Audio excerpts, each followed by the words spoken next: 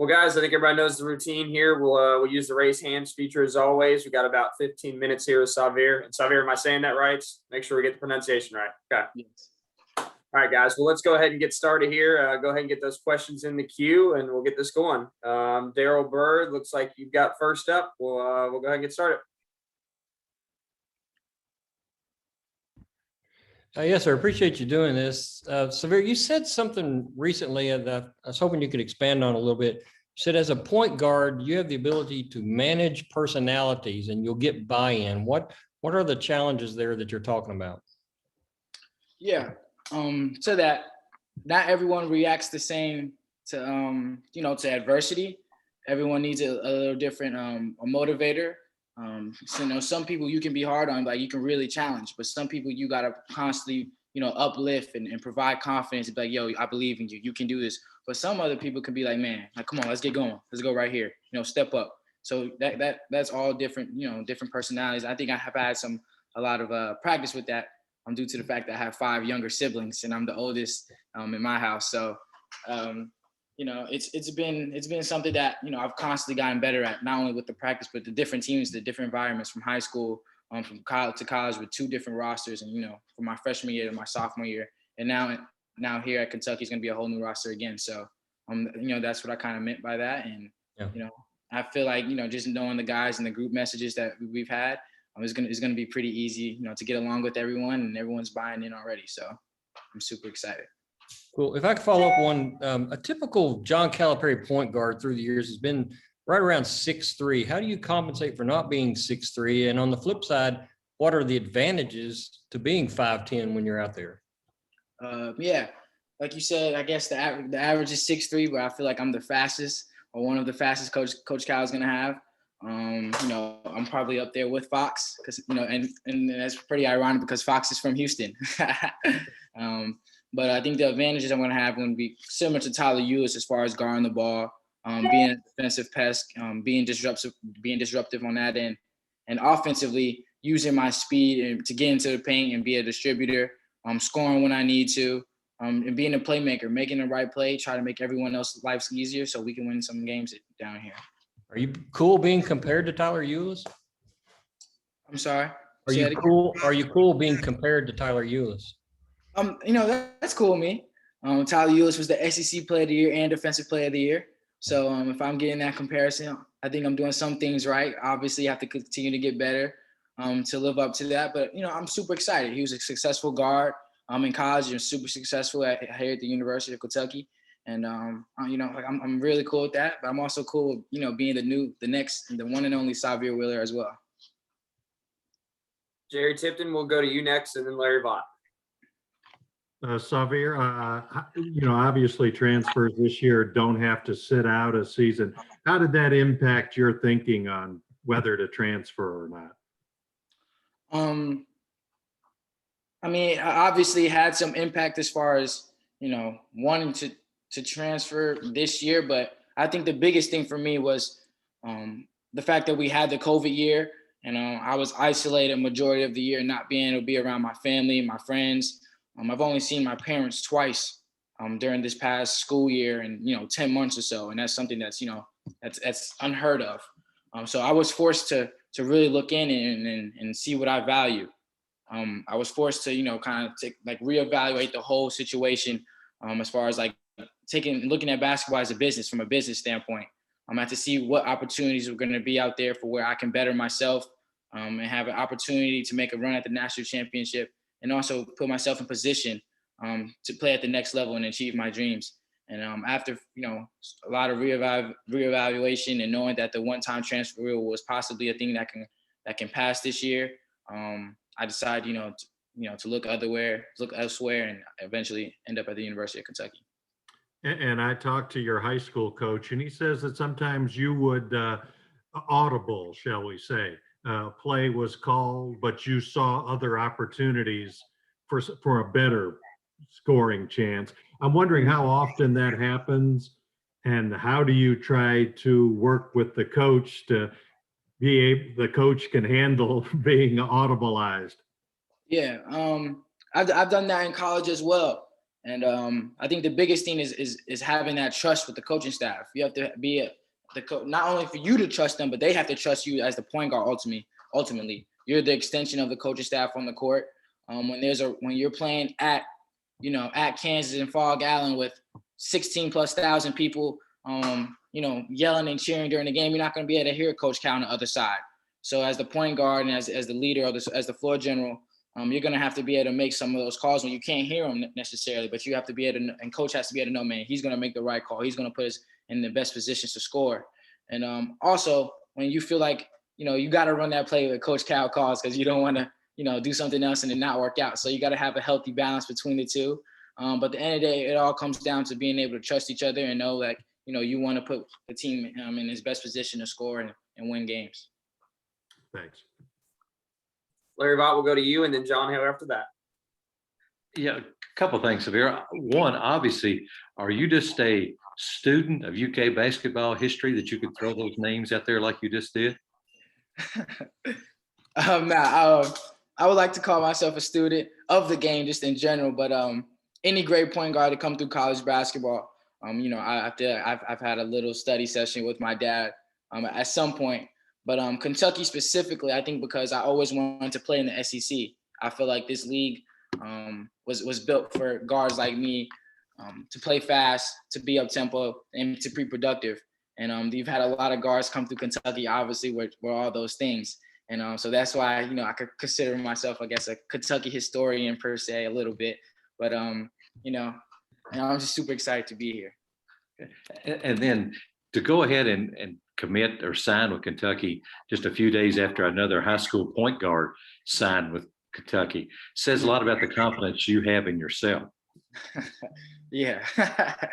Yeah. I mean, I wouldn't be here without my self-confidence. That's just being honest. Not a lot of 5'10" sub-6 guards playing the SEC at a high major and productive. You got to have a little bit of self-confidence and then know what you bring to a team, no matter who's there. But Coach Cal was very straight up and genuine from the beginning. Like, I knew he was recruiting another guard, and I knew that it would be a guard that we could complement each other.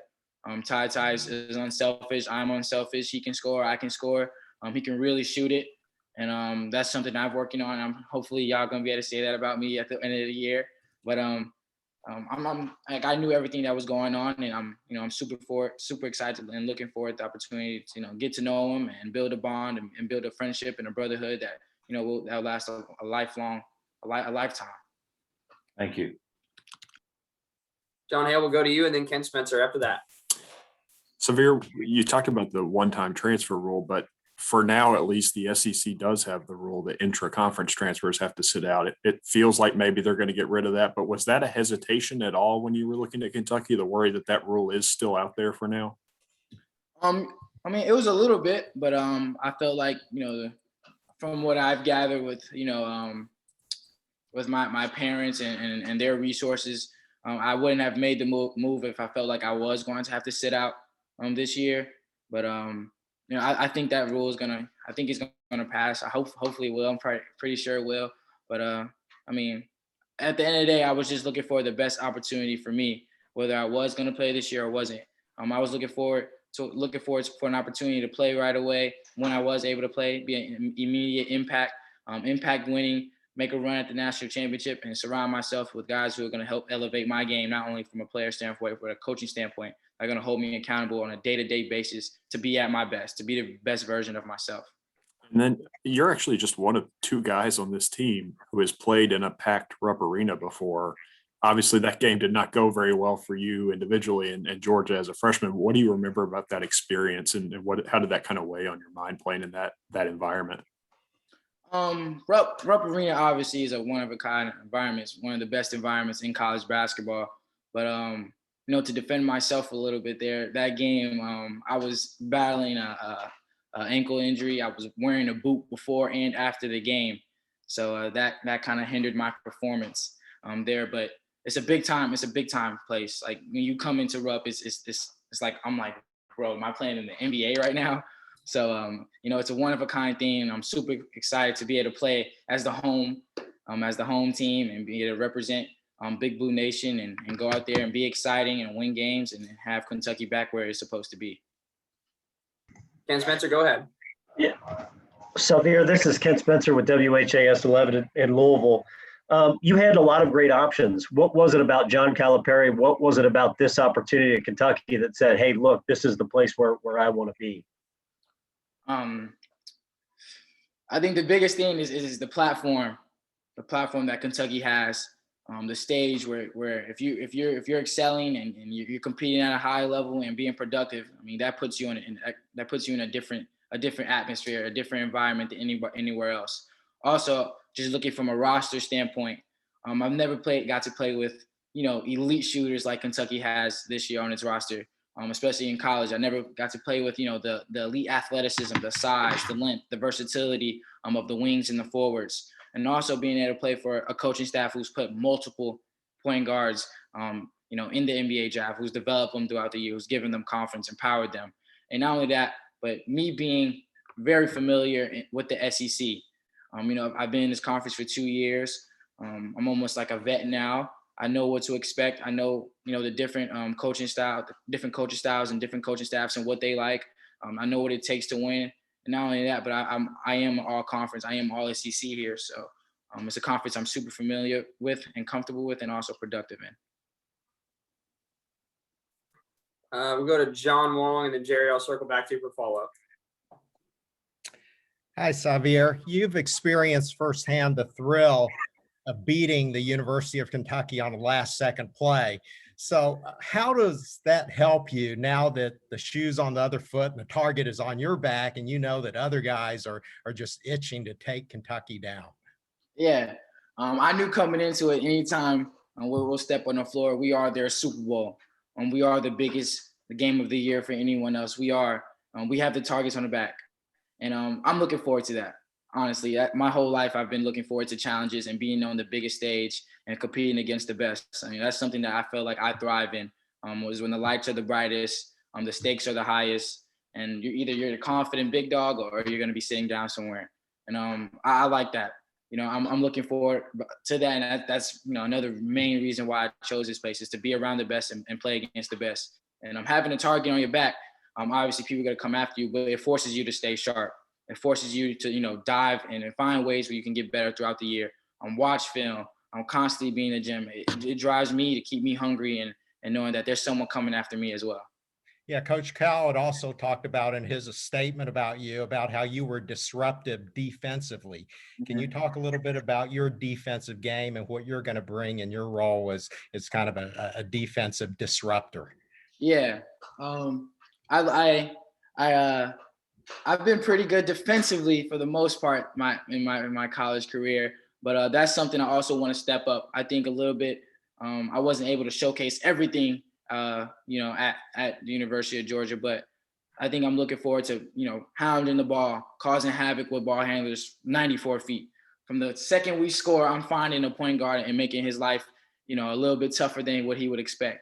Also being able to, read the passing lanes, being that quarterback on the back line, talking to everyone, helping guys with, communication, with coverages, and also being able to switch.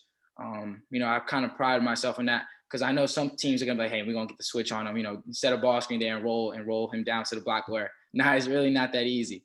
So I think I'm going to be able to bring a lot of defensive pressure, but also being a quarterback out there and talking to everyone through different screens and different actions. And so we can get a stop and we can play fast on the other end. All right, guys, we'll do a few follow-up questions here. We'll go back to Jerry and then back to Daryl. Yes, Sahvir, I noticed Georgia lists your height as 5'10". I'm wondering, how tall are you really? We play basketball with shoes on. When my shoes off, I'm 5'9". So with basketball, we walk around in our everyday life with shoes on. So I'm 5'10" with shoes on. And I'm wondering too, your shooting was, as you mentioned earlier, wasn't as good as you'd like it to be. Why do you think it hasn't been as good as you'd like, and what can you do to make it better? Yeah. My freshman year, I shot a lot better. I think this past year as a sophomore, I was kind of put, in some situations, whether it was late clock or, end of the half where, I was with the focal point. I had a lot of the attention on me. And so, when I had to take some tough shots. Just for us to get a shot, just to get this shot up at the rim. And, some of it, maybe been on my end, taking a bad shot. But I was just trying to put the pressure on myself to make the right play or try to make a play every possession. And I think that, kind of hindered my percentages. And also playing with other guys who can shoot is going to help me become a better shooter. Because if you have to run those guys off the line and they're now penetrating and making the one more pass to me where I'm wide open and I can have my feet set and knock it down, my percentage is going to skyrocket back up again. So, I know everyone looks at the percentages, but I think I'm a way better shooter than what the percentages say. And I'm looking forward to be able to prove that to everyone this year as well. Daryl, we'll go back to you, and then Kent, we'll see if we have time for any more. All right, thanks, Eric. Yes, Sahvir, I'm just curious, have you spent your whole life, all the way back when you were a little kid, being told you're too small to play this game, and how that has made you the confident player you are now? Yes and no. Yes and no. I think in the beginning stages, before, I received my first Division I scholarship in 9th grade to an SEC school, everyone was saying I was too small then, but I don't really get that anymore. Everyone's trying to nitpick now. Now it's like, man, you got to improve your shooting. Okay. Now, you got to become the best passer. Okay, I did that. So, everyone's going to find a narrative because I'm not the tallest point guard in the world or in the country or even in SEC. So, I don't get that you're too small so much. Even with the impact of the smaller guards in the NBA right now with Fred VanVleet, with Kyle Lowry, with Isaiah Thomas, who, he had an injury that, kind of caused him to die down a little bit. Even Mike James, he signed 3 or 2 10-day contracts with the Nets and how he's been productive. So the smaller guard isn't going away. They're actually more than there are ever. So, that doesn't come up, but everyone's always has their opinion on why I shouldn't be here or why I'm not doing something. I'm getting better every year. I'm getting better every day. And at some point, there's not going to be anything left you can say. You're just going to have to respect it. And I'm looking forward to that day. Thank you. Let's go. We'll go Kent, and then Larry, you can end us off. Sahvir, the other day that you talked about when you were asked about playing with Ty, you kind of brought up a lot of, old UK point guards that played together, kind of like, John Wall and Eric Bledsoe and that. In what way can that help both of you guys individually? And what way in your opinion, can that help this team? Individually, I know it's going to help me. Just having the pressure off trying to make a play every possession. Obviously, when I have the ball, I'm going to be aggressive, but I don't have to press as much, knowing I have a secondary ball handler who's very capable of creating for herself and others. And it's also going to help me get some wide open shots every now and then so I can knock down a couple more threes. But I'm super excited. And he's a very cerebral player. He can talk the game. He knows the game. He's unselfish. And when you have 2 point guards like that, one experienced in the SEC and the other of high talent and high ability, when you put those 2 things together, that's going to be pretty hard to stop. And with me helping me, with me helping him, just kind of showing him the ropes and what it takes to be great in the SEC. I'm showing him, breaking down with film with him, and hey man, you can do this. So teams are going to probably try to do this to you. So do this to you. So walking through him step by step on how he can continue to get better, and us playing with each other in practice and building that chemistry is going to help as well. So I think, with us playing good together, that's only beneficial for the team. Because if your guards are confident and they're playing well, that's going to lead to everyone else building their own confidence and building the confidence in the team as a unit to be able to go out there and win games and compete for a national championship. All right, Larry, you have the final question. Okay, thanks. Sahvir, obviously, it seems like you're a pretty happy guy. Is there ever a day you're not smiling and happy about things? Nah, the only day I'm not, super, super happy and smiling is the day we have to take finals. But other than that, I try to live my best life. I have parents who've been married for 20 years happily. I have 5 siblings who look up to me and all doing great things. I have a great support system. I'm at one of the best universities at the University of Kentucky for basketball in the country.